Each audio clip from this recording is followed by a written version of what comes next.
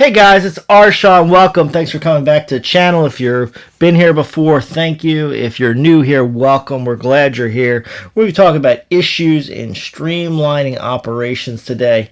It's never really a bad time to streamline your operations in business, but right now, given the economic uncertainty and the potential for a slowdown, there's never been a better time really to streamline our operations. Now, of course, when we do start streamlining our operations and getting more efficient, really cutting out some excess and getting prepared for potentially lean times, it does bring a host of issues up. And today we're going to talk about some of those issues to help you get better prepared for these issues in streamlining your operations. So definitely a good time for it. There are certainly economic reasons for it. If you're following our work over at the Future Done Right show, it seems like there is a good chance that we're going to have some problems here. But the truth is there's still going to be issues in this. It's not going to be simple and easy just to go from where you are to streamline your operations, because there's always other people involved and complications. As we discussed today, we'll hit some legal issues. This is not legal advice, not tailored to your situation. Consult your counsel, consult your financial investment advisor. We're just going to give you some education, some tips, and then you can use it to really build upon what we're talking about today. One big thing when you start to think about streamlining your operation is changing employees. It is almost certain that if you're going to get more efficient, you're probably going to have some employees that either were just not that efficient to begin with, maybe that was the problem all along, or you might be in a situation where you have great employees, but they just don't fit the long-term plan of your company. And we just did a video recently here on the channel on how to fire employees, and I'll give you some good tips and ideas to get you started on that process. You may want to look at some other employees as well. You may actually be hiring too. It's very possible for many businesses that as we look at streamlining our operations and where we're taking the business in the future, particularly if we're pivoting, we may be in a situation where we have some employees that are leaving because their skill sets don't fit. They can't be transitioned into the new roles. And meanwhile, we have new people coming in, right? We have a hiring situation going on simultaneously. If that's something you're seeing, let me know in the comments. As always love you guys commenting about where you are, what you're seeing, because it allows me to tailor things. And if we see a lot of people doing new hires right now, I could do some videos on that. So you may be changing your lineup, just like a baseball team or a football team would change their lineup in anticipation of the coming season, having the right mix of players for a particular offense or defense you're running. You would probably see the same here with your employees. You may be looking to streamline. You may look to simplify your process. That may mean that some classes of employees just don't work, and it may mean bringing in new classes of employees. So you got to look at that and make sure you manage that employee changeover process in a way that minimizes your risk, right? When you're terminating employees, you're always bringing in some degree of legal risk, whether the lawsuits are founded or unfounded if somebody decides to come after you. So you want to think about how to manage that from the beginning. You may also be having customer issues. This is very common right now with where we are in the business cycle.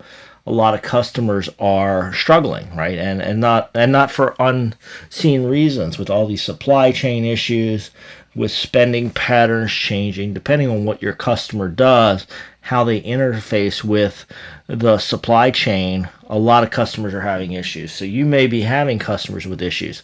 That's fine. You probably want to build and keep a long-term relationship with your customers. That's always good business.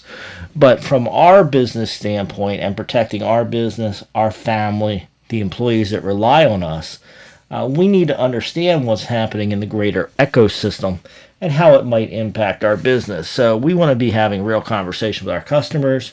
We may want to redo our evaluation of trade credit lines. We may want to be a good time to call a review and then look at how all of our trade credit lines are looking. Are they paying on time? Do we want to do fresh reviews before we extend additional credit or substantial additional credit, right? These are the types of things we should be thinking about, is the fact that our customers might be struggling and it might impact us. Also, by taking a close look at our customers, our customer profiles, and what challenges they have.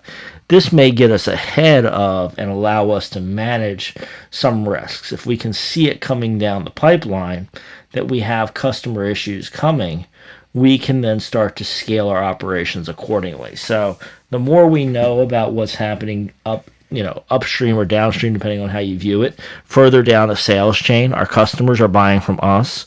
If they're having problems, we would like to know in our business before that stuff comes up the chain to us, right? So think about your customers, think about the issues, and how you can help manage that. Also, debt issues, both for your customers. Your customers may be borrowing money from you as part of your trade lines and getting the products out, but they may also be having debt issues with others, right? So it's very possible that your customers are getting stuck in the middle. They both owe you money and they owe other people money. You want to look at that. You also want to look at your own debt portfolio, and we just did a video right here on the channel recently. You can go find it in our library where we talk about the changing rules of debt and how the way we finance things may not be available. That can be a real issue for us. We can get stuck in the middle.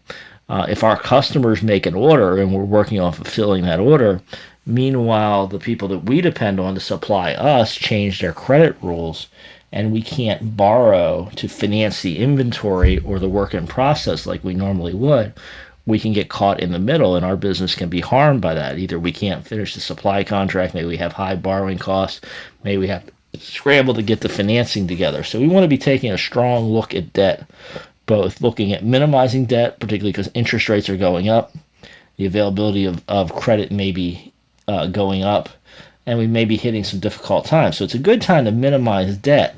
But we also need to look at debt issues between our customers and suppliers and how that landscape might be shifting. Will our customers be wanting to use more debt because maybe they're having their own struggles?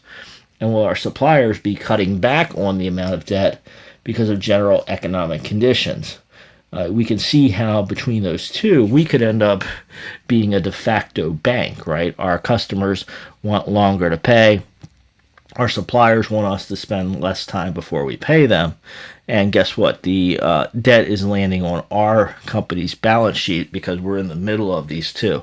And that's not really the situation you want to be in. So start managing now, looking at your debt levels and looking how the interplay with others is going and whether you can continue at your current level of debt. It's very possible your bank is going to start shrinking your lines of credit, your credit cards, and other things, and you may find out that you cannot continue your current operations in this situation. And you may want to change your operations. It's always good to take a forward eye and to think about pivots. This is a particularly strong time to be thinking about changing operations and pivoting. What are we doing now? What could we be doing? How can we change our allocation of time and resources and change our operations around? And now, depending on your business, that may lead back to employee changes. If we change our product lines and we change the number of employees or the type of employees we need to produce those products, that can certainly have a direct effect. We may also need to implement new equipment, new systems, new training. Now is the time to be looking at that as pivots that makes economic sense given the market cycle. And then how does that play into a change in our operations, right? We're giving you all the key things to think about as you sit down with your leadership team and your board of directors here. The other thing that may change is your owners of your company. People's attitudes towards investments are shifting right now. At the end of the day, most of your owners are going to be in that investment posture. They gave you money. They have money tied up in the company, whatever the value of their ownership interest is. That money's tied up, and they may be changing their viewpoint on the marketplace. Maybe they don't want to work with you in the same way. Maybe they need to free up money. Maybe somebody new wants to jump into your business or your industry. So if you're a partnership type setup where you have multiple owners participating together, now might be the time to consider that change in ownership. Or maybe it's just the time of the cycle, right? A lot of people are having a harder time right now with these changing market conditions. Some people are getting frustrated. I just saw a business where one owner stepped aside and they passed it back to a family member just because they weren't enjoying the ownership process, right? So do you want to change that ownership with your business and adjust things so that you can make sure you're maximizing your business, right? So look at your owners, have those tough conversations, think about bringing new people in, think about buying people out, and think about what that overall portfolio looks like. Folks, it is a tough time right now, and I expect things are going to get a lot tougher, as we talked about on the Future Done Right YouTube channel. This is probably just a glimmer of what the future is going to look like. So now's a good time to be responsible, to get your house in order, to simplify, to think about your long-term operations, get everything pulled together, consolidate it, and then you can strengthen your income statement, strengthen that balance sheet, and that'll put you in good shape to survive whatever we might be riding through, but then also potentially come out the other end and capitalize on opportunities. It's not a time to be in denial. It doesn't matter what prominent government officials are telling you.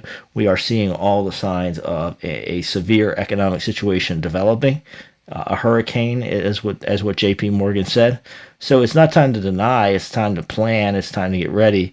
And the good news is the things we talk about today, these are going to help you no matter what. Even if things don't get as bad as they possibly could, if you do these things, you're going to have a stronger business out the other side and a better partnership. So look forward to reading your comments. Obviously, don't put anything confidential in the comments, but do join me down there. Tell me what you're seeing, what you want me to cover in future videos. If you haven't done so yet, please subscribe to the channel, ring the bell so you're notified when new videos come out. And then also, if you can give us a like so more people can see this video, that'd be great. And I'm looking forward to joining you in the comments. Shawn McBride signing off.